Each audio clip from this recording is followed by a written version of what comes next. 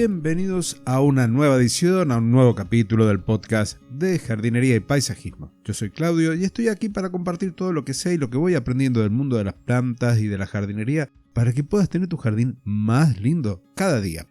En el episodio de hoy voy a tocar un tema que había quedado olvidado allí en el cajón de los recuerdos y que gracias a Gaby, una suscriptora de los correos que yo envío semanalmente, me hizo acordar. Me consultó sobre las plantas para poder atraer luciérnagas al jardín. Tema que también estoy tratando en el correo y en el canal de Telegram para que pueda ilustrarte un poco más con imágenes.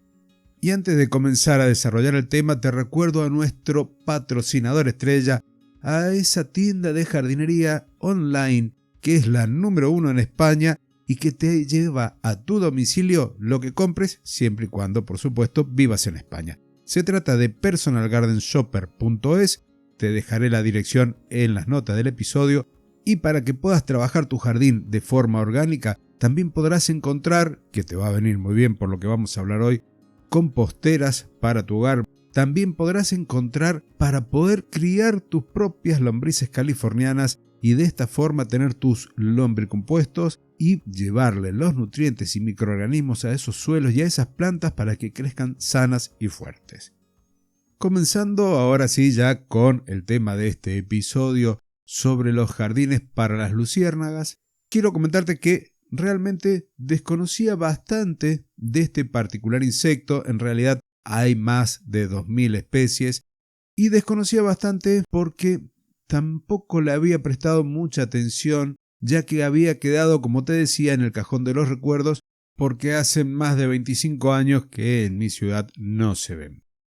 Las razones las vamos a ir viendo a continuación, pero lo primero que quería compartirte, algo que realmente me sorprendió, es de que estos insectos pueden llegar a vivir alrededor de 2 años, pero la luciérnaga, esa que nos atrapa en las noches de verano, solamente viven en ese estado de adulto alrededor de una semana o 10 días.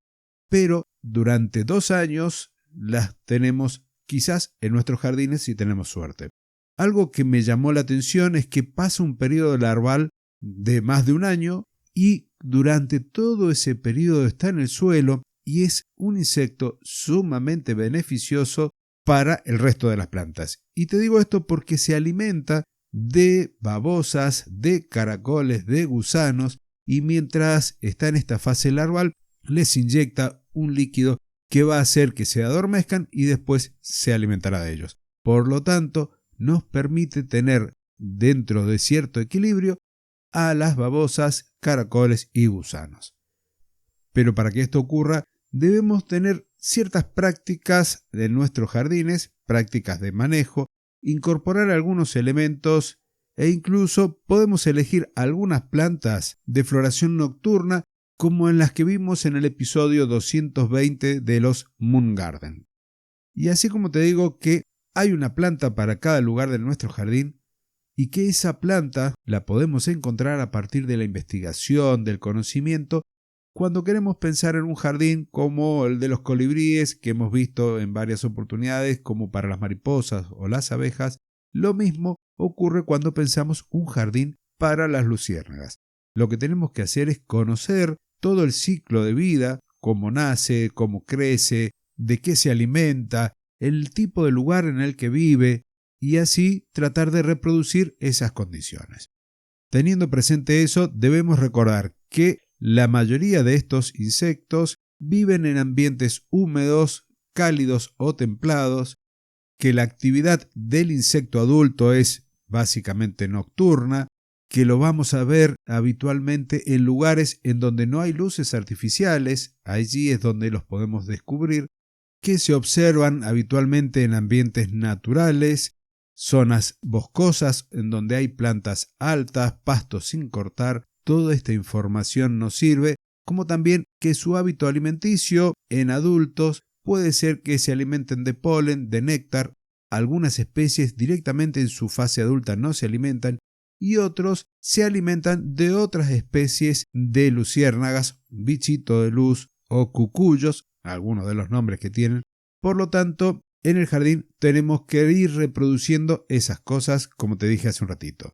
En primer lugar, una práctica que ya la hemos comentado anteriormente, para no estar asesinando a las luciérnagas, debemos evitar el uso de pesticidas, porque no solamente pueden matarlas a ellas, sino también podemos llegar a intervenir matando a sus presas, babosas y caracoles. Imagínate que están durante más de un año en tu jardín alimentándose de estos moluscos que se alimentan de las plantas. Entonces siempre mejor utilizar prácticas de jardinería orgánica.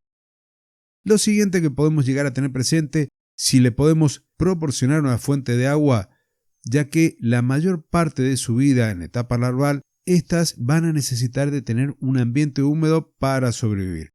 Un pequeño estanque o una fuente de agua podrían ayudar a mantener esa humedad en el ambiente, pero tenemos que tener presente en el verano las larvas de los mosquitos que también se van a desarrollar si no tenemos peces. Lo que buscamos con este estanque es proporcionar humedad ambiente. Si tenés un jardín grande, sería ideal que puedas dejar algunas zonas que no estés cortando el césped, porque las luciérnagas van a necesitar tener algún sector con hierbas altas o estas plantas arbences que conocemos como malezas para que puedan pasar el día allí, convirtiéndose en el hábitat que necesitan. Y hablando del hábitat, las luciérnagas también, como descansan durante el día, necesitan de esas zonas sombreadas y protegidas.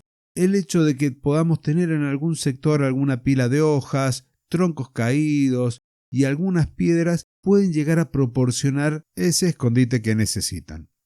Si quisiéramos armar un listado de plantas, podríamos pensar en árboles como el sauce, el abeto, pinos, que pueden llegar a proporcionar este refugio del que venimos hablando. Si pensamos en arbustos, podemos citar a las azaleas, los rododendros, que también pueden llegar a resultar atractivos. Todo esto va a depender también en dónde vivimos y las especies de luciérnagas que habitan en la zona. Recordad que son más de 2.000 especies o alrededor de 2.000 especies que tienen hábitos de crecimiento, de refugio y de alimentación diferentes. Estas son algunas muy genéricas. Si pensamos ahora, continuando con estas generalidades, en las flores, lo ideal son flores blancas o de colores claros que se abren por las noches. De allí que te comentaba de los Moon Garden. Ahí podemos elegir algunas flores como jazmines, la dama de noche, la flor de luna, que tienen este potencial de atraer a aquellas luciérnagas que se alimentan de polen y de néctar. Cuando vamos a plantas más pequeñas, a las hierbas y a los pastos, tenemos que pensar en aquellas aromáticas como la menta, el tomillo, que tienen también ese potencial de ser atractivo para estos insectos. Si queremos sumar más prácticas o condiciones, recuerda que las zonas donde hay muchas luces eclipsan esta bioluminiscencia de las luciérnagas, con lo cual no se pueden comunicar. Recuerda que esta secuencia de luces que emiten tiene un fin reproductivo. Por lo tanto, si tenemos alguna zona salvaje del jardín, tratemos de que haya poca iluminación para que ahí puedan encontrar este lugar propicio para el apareamiento. Otra de las cosas que podrías hacer si tenés un lugar en el jardín donde puedas dejar amontonada alguna pila de leña, en donde hayan troncos medio podridos, eso es genial porque habitualmente es allí donde depositan los huevos y a dar inicio de una nueva generación de bichitos de luz. Y para terminar, 2 recomendaciones más. Una, si puedes dejar algún sector con el césped un poco más crecido, fantástico, porque allí es donde se van a encontrar las hembras de luciérnagas. Y la otra acción que podrías llevar a cabo, que fue publicada en una revista mexicana de biodiversidad, es la posibilidad de establecer en el jardín un sistema de iluminación LED que replique o emule el parpadeo de las luciérnagas, con luces muy pequeñas, con destellos muy sutiles, que repliquen la frecuencia de parpadeo de las especies que habitan en tu zona. En lo personal, a mí me da una razón más para tener un sector salvaje dentro de mi jardín. Y con esto, ahora sí me despido. Te recuerdo que es importantísimo que te tomes ese segundito para valorar el programa, para dejar tu comentario para que el algoritmo que está detrás de los podcasts me permita llegar a más amantes de las plantas, de la jardinería, de la biodiversidad y a llevar un jardín usando prácticas sustentables en beneficio del planeta. Así que por favor no te olvides de dejarme ese me gusta. Nos encontramos el próximo jueves. Recuerda que para poder hacer tus proyectos de jardinería visites a nuestro patrocinador personalgardenshopper.es.